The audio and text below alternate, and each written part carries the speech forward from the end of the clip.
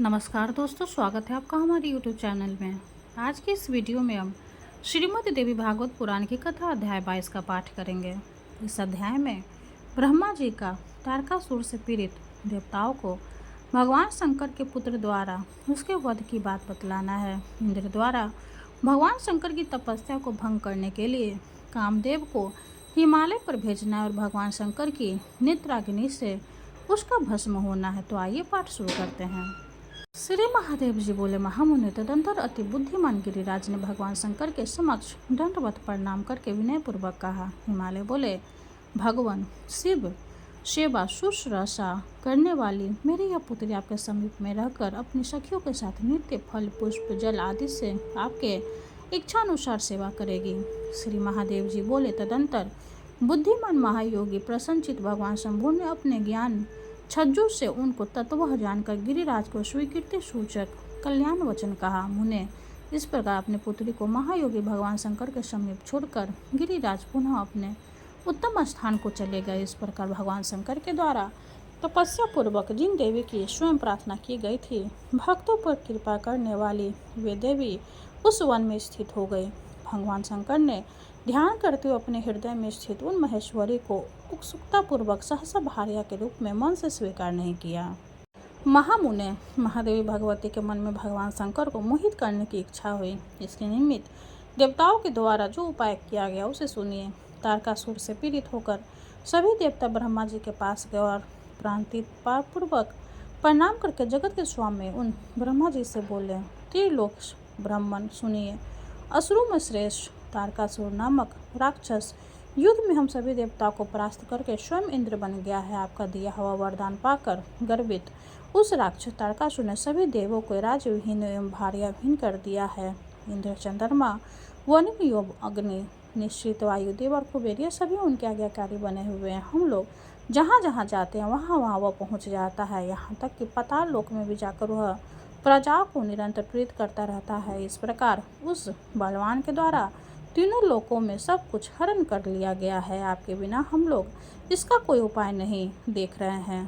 त्रिजगपते, आप उसके वध का उपाय सोचिए अथवा हम लोगों के रहने के लिए कोई स्थान बनाइए। त्रिजगपते, आप इस सृष्टि के कर्ता हैं, जो उचित लगे वही कीजिए। ब्रह्मा जी बोले, मेरे ही वरदान से तारकासुर बलवान हुआ, इसलिए युद्ध में उसको अमरने का मेरा प्रयत्न उचित नहीं है। आप लोगों का संरक्षण भी मेरा कर्तव्य है, किंतु मैं समुचित रूप से उसे रोकने में समर्थ नहीं हूँ, क्योंकि उसने मुझे अपनी तपस्या द्वारा प्रसन्न कर रखा है। देवश्रेष्ठों में एक उपाय बतलाता हूँ, आप लोग ध्यान से सुने। उस तारकासुर को न भगवान विष्णु मार सकते हैं, न भगवान शंकर, न मैं और न ही आप लोग। भगवान शंकर के पुत्र को छोड़कर उसे मारने वाला अन्य कोई नहीं है। आप लोग शीघ्र वैसा उपाय सोचिए जिससे कि भगवान शंकर तपस्या को छोड़कर शीघ्र विवाह कर ले। प्रकृति स्वयं अपनी लीला से गिरिराज के घर में उत्पन्न हुई है। वे भी वन में भगवान शंकर के सामने विद्यमान है। वे भगवान शंकर उनको पत्नी के रूप में अवश्य स्वीकार कर लेंगे। इसलिए देवगणों, जिस प्रकार शीघ्र ही भगवान शंकर का ध्यान भंग हो जाए, आप सभी भगवान शंकर को मोहित करने के लिए उस प्रकार का प्रयत्न करें। श्री महादेव जी बोले, महामुने, उस परमात्मा ब्रह्मा के इस प्रकार की बात को सुनकर सभी देवता अपने अपने स्थान को चले गए। पितामह ब्रह्मा भी सभी देवताओं से इस प्रकार की बात कहकर अचानक उस तारकासुर के घर पहुँचे और उससे इस प्रकार बोले। ब्रह्मा जी बोले, तारक, तुम समस्त लोगों का शासन करो, उसके लिए तुमने तपस्या की थी और मैंने भी वही वरदान दिया था। तुमने स्वर्ग में निवास करने के लिए प्रार्थना नहीं की थी और मैंने भी नहीं कहा था कि तुम अधिक दिनों तक स्वर्ग में निवास करो। इसलिए महासुर, तुम स्वर्ग छोड़कर मृत्युलोक में रहकर समस्त लोगों पर शासन करो, मेरी आज्ञा का उल्लंघन मत करो। महादेव जी बोले, पितामह ब्रह्मा के द्वारा इस प्रकार कहने पर महान बल एवं पराक्रमशाली वह देवसुत तारकासुर स्वर्ग लोक छोड़कर मृत्युलोक में पहुंच गया। महामुनि, तब उससे पीड़ित इंद्र आदि प्रमुख देवता वहीं आकर प्रतिदिन उसको उपहार द्रव्य देते रहे। इस प्रकार पृथ्वी पर रहते हुए अत्याचारी महान बल एवं पराक्रमशाली वह दुर्धर्ष दैत्य सभी देवताओं को सन्नत करने लगा। तदंतर वे सभी देवता भगवान शंकर को मोहित करने के लिए एकांत स्थान पर विचार करते हुए बैठे। इंद्र ने विनय पूर्वक बुद्धिमान देवगुरु बृहस्पति को संबोधित करते हुए देवताओं की सभा में उनसे सभी के कल्याण का उपाय पूछा। इंद्र बोले, भगवान गुरुदेव, दानों में श्रेष्ठ दुरात्मा तारकासुर की मृत्यु ब्रह्मा जी ने भगवान शंकर के पुत्र द्वारा निर्धारित किए हुए। भगवान विश्वेश्वर स्वयं संसार से विमुख होकर योग में रहते, फिर कौन उनके सामने जाकर बोलेगा कि परमेश्वर भार्य ग्रहण कीजिए। पितामह ब्रह्मा जी ने उनको मोहित करने के लिए यत्न करने को कहा, मुझे उसका कोई उपाय नहीं दिखता, फिर कौन उन्हें सम्मोहित करेगा। बृहस्पति जी बोले, महाराज, महादेव जी को मोहित करने के लिए एक उपाय है, जिससे भगवान शंकर का ध्यान शीघ्र ही भंग हो जाएगा। प्रजापति दक्ष की पुत्री, जो स्वयं भगवान शंकर की गृहिणी रह चुकी है, वे ही इस समय मेनका के गर्भ से गिरिराज की पुत्री के रूप में उत्पन्न हुई है। महामते, उनके ही परम रूप का ध्यान करके उनको पत्नी रूप में प्राप्त करने के लिए भगवान विश्वनाथ तपस्या कर रहे हैं, नहीं तो योगियों के द्वारा ध्यान गम्य उन श्रद्धा विजितात्मा देवादिदेव के लिए इस उग्र तपस्या का और कोई क्या प्रयोजन है। भक्तों का कल्याण करने वाली वे देवी भी प्रसन्न होकर भगवान विश्वनाथ के निकट चली गई और निरंतर वहीं रह रही है। चिरकाल तक योग चिंतन करने से भगवान विश्वनाथ के काम आदि भाव नष्ट हो गए। इसी कारण वे शंभु पार्वती को कभी भी ग्रहण नहीं करते हैं। इसलिए सभी लोकी को मोहित करने वाले पुष्प धनवा कामदेव को बुलाकर भगवान विश्वनाथ का ध्यान भंग करने के लिए नियुक्त कीजिए। उनके बाण से विग्ध होकर भगवान शंकर तपस्या विमुख होकर पुनः पार्वती जी को शीघ्र पत्नी रूप में स्वीकार कर लेंगे। श्री महादेव जी बोले, देवगुरु बृहस्पति के ऐसा कहने पर अति बुद्धिमान देवराज इंद्र ने पुष्प धनवा कामदेव को बुलाकर यह वचन कहा। इंद्र बोले, कामदेव, आप देवता, गंधर्व, मनुष्य, किन्नर, राक्षस तथा अन्य सभी जंतुओं के हृदय में परमात्मक वृत्ति को बढ़ाने वाले हैं। आप मेरी आज्ञा से तीनों लोकों में प्रीति विविधर रख मेरा एक महान कार्य करके इस संपूर्ण संसार की रक्षा कीजिए। कामदेव बोले, देवराज, हम सभी आपकी आज्ञा का पालन करने वाले, कहिए आपका कौन सा कार्य है। भयानक तथा अत्यंत कठिन होने पर भी मैं उसे करूंगा। आपका व्रज तथा भगवान विष्णु का सुदर्शन चक्र भी मेरा जिस वक्षस्थल को वेद नहीं पाता, उसको मेरे 5 पुष्प बाण फल भर में छीन भिन्न कर देते। इस प्रकार के मेरे ये 5 बाण सार्थक नाम वाले हैं तथा मेरा पुष्पमय धनुष भी समस्त ब्रह्मांड को छब्दुत करने में समर्थ है। बसंत ऋतु मेरा मंत्री, मलय पर्वत से चलने वाले पर्वत मेरा सारथी, चंद्रमा मित्र और तीनों लोगों को मोहित करने वाली रथी मेरी पत्नी है। इस सहायकों को पाकर मैं किसका क्या नहीं कर सकता। यहाँ तक यदि आप चाहें तो तपस्या में लगे हुए जितेंद्र भगवान विश्वनाथ को भी आधे क्षण में मोहित कर दूं। इंद्र बोले, जिस उद्देश्य से आपको बुलाया गया है उसे आपने स्वयं ही कह दिया। प्राय बुद्धिमान व्यक्ति दूसरे व्यक्ति के कहने की अपेक्षा नहीं रखते। तारकासुर अपने पराक्रम से संपूर्ण देवताओं को दिन रात पीड़ित कर रहा है, ये बात आप भी जानते हैं। फिर आपसे मैं क्या कहूँ। उसकी मृत्यु ब्रह्मा जी ने भगवान शिव के महापराक्रमी पुत्र के हाथ से ही सुनिश्चित किया है। अन्य किसी के हाथ से नहीं सुना जाता है कि हमेशा संसार से विमुख रहने वाले महायोगी जितेंद्र भगवान शंकर हिमालय के शिखर पर तपस्या कर रहे हैं। सनातनी आदि शक्ति जो पहले प्रजापति दक्ष की पुत्री तथा भगवान शंकर की पत्नी थी, वे ही हिमालय की पुत्री के रूप में अवतरित हुई है। स्त्री रत्न स्वरूपा अति सुंदरी नवयोना वे देवी भी हिमालय के उसी शिखर पर भगवान शंकर के समीप ही आजकल स्थित है। भगवान विश्वनाथ उनको कभी मन से नहीं चाहते, इसलिए आप तपोनिष्ठ भगवान शंकर को मेरी आज्ञा से शीघ्र ही मोहित करें। जिस प्रकार भगवान विष्णु और सती के साथ प्रीतिपूर्वक रमन करते थे, उसी प्रकार तपस्या को छोड़कर हिमालय पुत्री गिरिराज के साथ रमन करें। कुसुमा युद्ध, आप संसार की भलाई के लिए वही उपाय करें ताकि आपकी कृपा से सभी देव पीड़ा मुक्त हो जाए और संसार के चर अचर प्राणी शांतिपूर्वक रह सके। महादेव जी बोले, देवराज इंद्र की इस प्रकार की बात सुनकर कामदेव ने पितामह ब्रह्मा द्वारा दिया हुआ घोर शाप, जिसे वो भूल गया था, उसका पुनः स्मरण किया। तब ब्रह्मा जी अपनी पुत्री संध्या का अनुगमन कर रहे थे। उस समय मैंने अपने शस्त्र परीक्षा के लिए अपने पुष्प बाणों से उन पर प्रहार किया था। तब उन्होंने मुझे यह शाप दिया था, मनोभाव, जब आप देवताओं के कार्य के लिए उन लोगों के अनुरोध पर बाणों से भगवान शंकर के शरीर पर प्रहार करेंगे, तब उनके नेत्र से निकली अग्नि आपको जला डालेगी। मेरे शाप का वही समय आ गया है जिसका निवारण करना कठिन है। कोई भी व्यक्ति प्रारंभ का उल्लंघन करने में समर्थ नहीं है। मुनि ब्रह्मा जी के शाप को याद कर दुखी होते हुए भी कामदेव इंद्र की बात को पूर्व में अंगीकार लेने के कारण अन्यथा कुछ नहीं कह सके। उन्होंने कहा, देवराज, जो आपने कहा है उसे मैं करूँगा और आत्मा परम योगी भगवान शंकर को मोहित करूँगा। किंतु प्रभु क्रुद्ध होकर यदि भगवान महादेव मुझे नष्ट कर दे, तब संपूर्ण देवताओं के साथ मेरे लिए प्रयत्न कीजिएगा।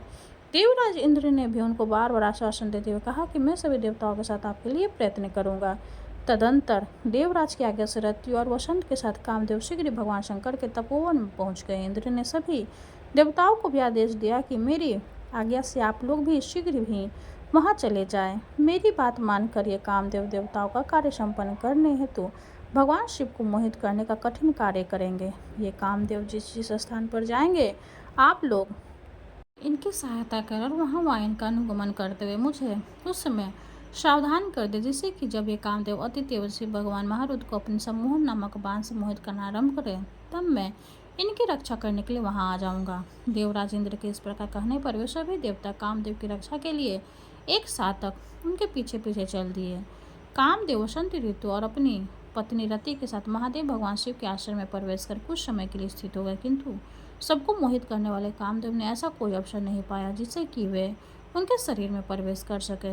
मुनिश्रेष्ठ, बसंत ऋतु के आगमन से पलाश, केसर आदि तथा अन्य भी बहुत से वृक्ष पुष्पित हो उठे। इस ऋतु के आने से मल्लिका, जाति, जूही और मालती लताओं में फूल खिल उठे और सरोवरों में कमल खिलने लगे। पुष्पों पर मंडराते हुए भंवरों के झुंड मधुर स्वर से गुंजार करते हुए काम के प्रभाव से परस्पर व्यवहार करते हुए मत हो उठे। मलय पर्वत से उत्पन्न शीतल मंद और सुगंधित हवा बहने लगी तथा चंद्रमा कांति युक्त हो गया और सभी प्राणी प्रफुल्लित हो उठे। तपस्या में संलग्न सिद्धगण काम से मोहित हो गए तथा किन्नर आदि भी उसी प्रकार श्रृंगार रस में डूब गए। मुनिश्रेष्ठ, इस वन में निवास करने वाले जो अन्य प्राणी थे वे सभी काम वासना से मोहित होकर बेचैन हो गए। महेश्वर भगवान शंकर के गण भी विकार युक्त हो गए, लेकिन भगवान शंकर का ध्यान किंचित भी भंग नहीं हुआ। निश्चल भगवान शंकर को देखकर खित्रचित कामदेव धनुष उठाए हुए जैसे ही आगे बढ़े कि रति ने उन्हें रोक लिया और कहा कि जलते हुए कालांगिनी के समान करोड़ों सूर्य की तरह कांतिमान योगनिष्ठ भगवान विश्वेश्वर के सम्मुख जाने में कौन समर्थ है। कामदेव ने ऐसा सुनकर इंद्र की कही बात को स्वयं स्वीकार करने का स्मरण करके भगवान शिव को सम्मोहित करते हुए बाण को धनुष पर चढ़ाया। उसी समय उन रुद्रावतार भगवान शंकर को देखकर वह पुनः पीछे हट गया। इस प्रकार भगवान शंकर को सम्मोहित करने में विफल उस कामदेव को देखकर जगन माता महेश्वरी मुस्कुराकर भगवान शिव को मोहित करने के लिए उपस्थित हुई। जिसके द्वारा यह संपूर्ण जगत मोहित किया जाता है, वे महामाया अपनी सखियों के साथ उठकर भगवान रुद्र के सामने जाकर जब स्थिर हो गई, तब भगवान त्रिलोचन महादेव को ध्यान छोड़कर अपने सुंदर नेत्रों को खोलकर उन पार्वती को देखा। प्रसन्नता महामना भगवान शंकर सुंदर नयनों से सुशोभित उनके मुख कमल को निर्निमेष दृष्टि से देखते हुए स्थित हो गए। उसी समय निश्चल नयनों वाले भगवान चंद्रशेखर को देखकर पुष्पधान कामदेव पुष्प बाण का संधान करते हुए भगवान शंकर के समीप पहुंच गए। इंद्र भी देवताओं के मुख से उचित अवसर उपस्थित होने की बात सुनकर वहां आ गए और सभी देवताओं के साथ अपने रथ पर गगन मंडल में स्थित हो गए। कामदेव ने अपने हर्षण नामक प्रथम बाण से भगवान शंकर के वक्षस्थल पर प्रहार किया। तब प्रफुल्लित होकर उन्होंने जगन माता पार्वती को देखा। उसी समय कामदेव की सहायता करने के लिए मनमोहक हवा बहने लगी और भगवान शंकर के हृदय में श्रृंगार रस का प्रादुर्भाव हुआ। तब पुनः कामदेव ने फूल माला से सुसज्जित सम्मोहन नामक बाण को पुष्प धनुष पर चढ़ाकर संधान किया। उस समय उनकी परम सुंदरी पत्नी रति उनके दाहिने भाग में प्रीति नामक पत्नी वान भाग में तथा सुखदायक ऋतुराज बसंत पृष्ठ भाग में स्थिर हो गया।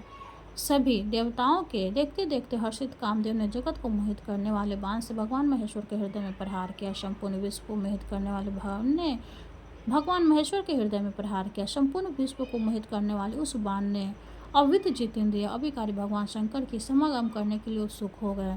तब सभी देवताओं ने कामदेव की बार बार प्रशंसा की कि तीनों लोकों में इन कामदेव के लिए कुछ भी असाध्य नहीं है। तब विश्वेश्वर भगवान शंकर स्मरण पूर्वक इंद्रिय निगत करके सोचने लगे कि इस विकार का कारण क्या है। इस बीच पितामह ब्रह्मा ने वहां आकर कामदेव उनके पुण्य में धनुष्य बाण उनकी चिन्हत शक्ति और ऋतुराज बसंत को हटा दिया तथा वे पुनः अपने स्थान पर लौट आए। कामदेव ने ही मेरा अतिक्रमण किया, ऐसा मन में विचार करके काला नल के समान नेत्र वाले भगवान रुद्र क्रोध से जल उठे। तदंतर क्रोध से दहकते हुए इनके तीसरे नेत्र से भीषण अग्नि प्रकट हुई, मानो वह संपूर्ण संसार को जला डालेगी। उस अग्नि को प्रकट हुआ देखकर डरे हुए सभी देवता कामदेव की रक्षा के लिए महादेव के प्रति जोर जोर से चिल्लाने लगे, प्रभु शिव जगन्नाथ, इस कामदेव की रक्षा कीजिए। जिस प्रकार आपने इनको नियुक्त किया है इन्होंने वैसा ही किया है। महादेव आप प्रसन्न हो और हमारे हितैषी कामदेव की रक्षा करें। मुनि श्रेष्ठ, इस प्रकार उन देवताओं के कहते रहने पर भी भगवान शंकर के तृतीय नेत्र से निकली अग्नि ने सहसा ही कामदेव को भस्मसात कर दिया। इस प्रकार श्री महाभागवत महापुराण के अंतर्गत शिव नारद संवाद में कामदेव भस्मीभवन नामक 22वां अध्याय पूर्ण हुआ। माता रानी की जय हो। अब हम माँ दुर्गा की आरती करेंगे। जय अम्बे गौरी मैया जय श्यामा गौरी, तुमको निश दिन ध्यावत मैया जी को निश दिन ध्यावत, हरि ब्रह्मा शिवरी। ओम जय अम्बे गौरी, मांगे सिंदूर विराजत, टीको मृग मद को मैया टीको मृग मद को, उज्ज्वल से दो नैना उज्ज्वल से दो नैना, चंद्र बदननी को। ओम जय अम्बे गौरी, कनक समान कलेवर, रक्तांबर राजय मैया रक्तांबर राजय, रक्त पुष्प गले माला रक्त पुष्प गले माला, कंठन पर साजय।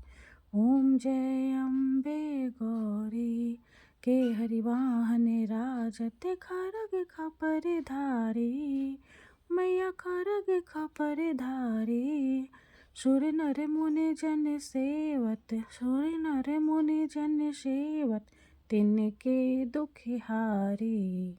ओम जय अम्बे गौरी, कानन कुंडल शोभित, नासाग्रे मोती मैया नासाग्रे मोती, कोटिक चांद्र दिवाकर कोटिक चांद्र दिवाकर, राजत सम ज्योति। ओम जय अम्बे गौरी, शुंभ निशुंभ बिदारे महिषासुर घाती मैया महिषासुर घाती, धूम्र विलोचन नैना मधुर विलोचन नैना, निश दिन मदिमाती। ओम जय अम्बे गौरी, चंड मुंड संहारे, शोणित बीज हरे मैया शोणित बीज हरे, मधु कैटभ दो मारे मधु कैटभ दो मारे, सुर भयहीन करे। ओम जय अम्बे गौरी, ब्रह्मानी रुद्रानी तुम कमला रानी मैया तुम कमला रानी, आगम निगम बखानी आगम निगम बखानी, तुम शिव पटरानी। ओम जय अम्बे गौरी, 64 योगिनी गावत, नित्य करत भैरो मैया नित्य करत भैरो, बाजत ताल मृदंगा बाजत ताल मृदंगा, आरु बाजत डमरू।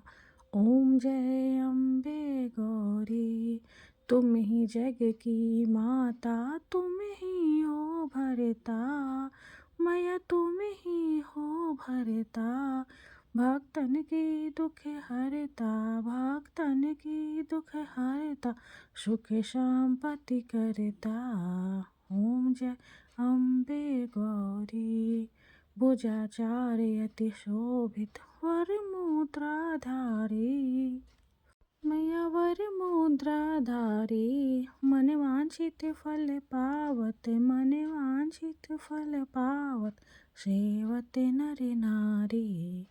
ओम जय अम्बे गौरी, कंचन थाल विराजत, अगर कपूर बाती मैया अगर कपूर बाती, श्रीमाल के तुम राजत श्रीमाल के तुम राजत, कोटि रतन ज्योति।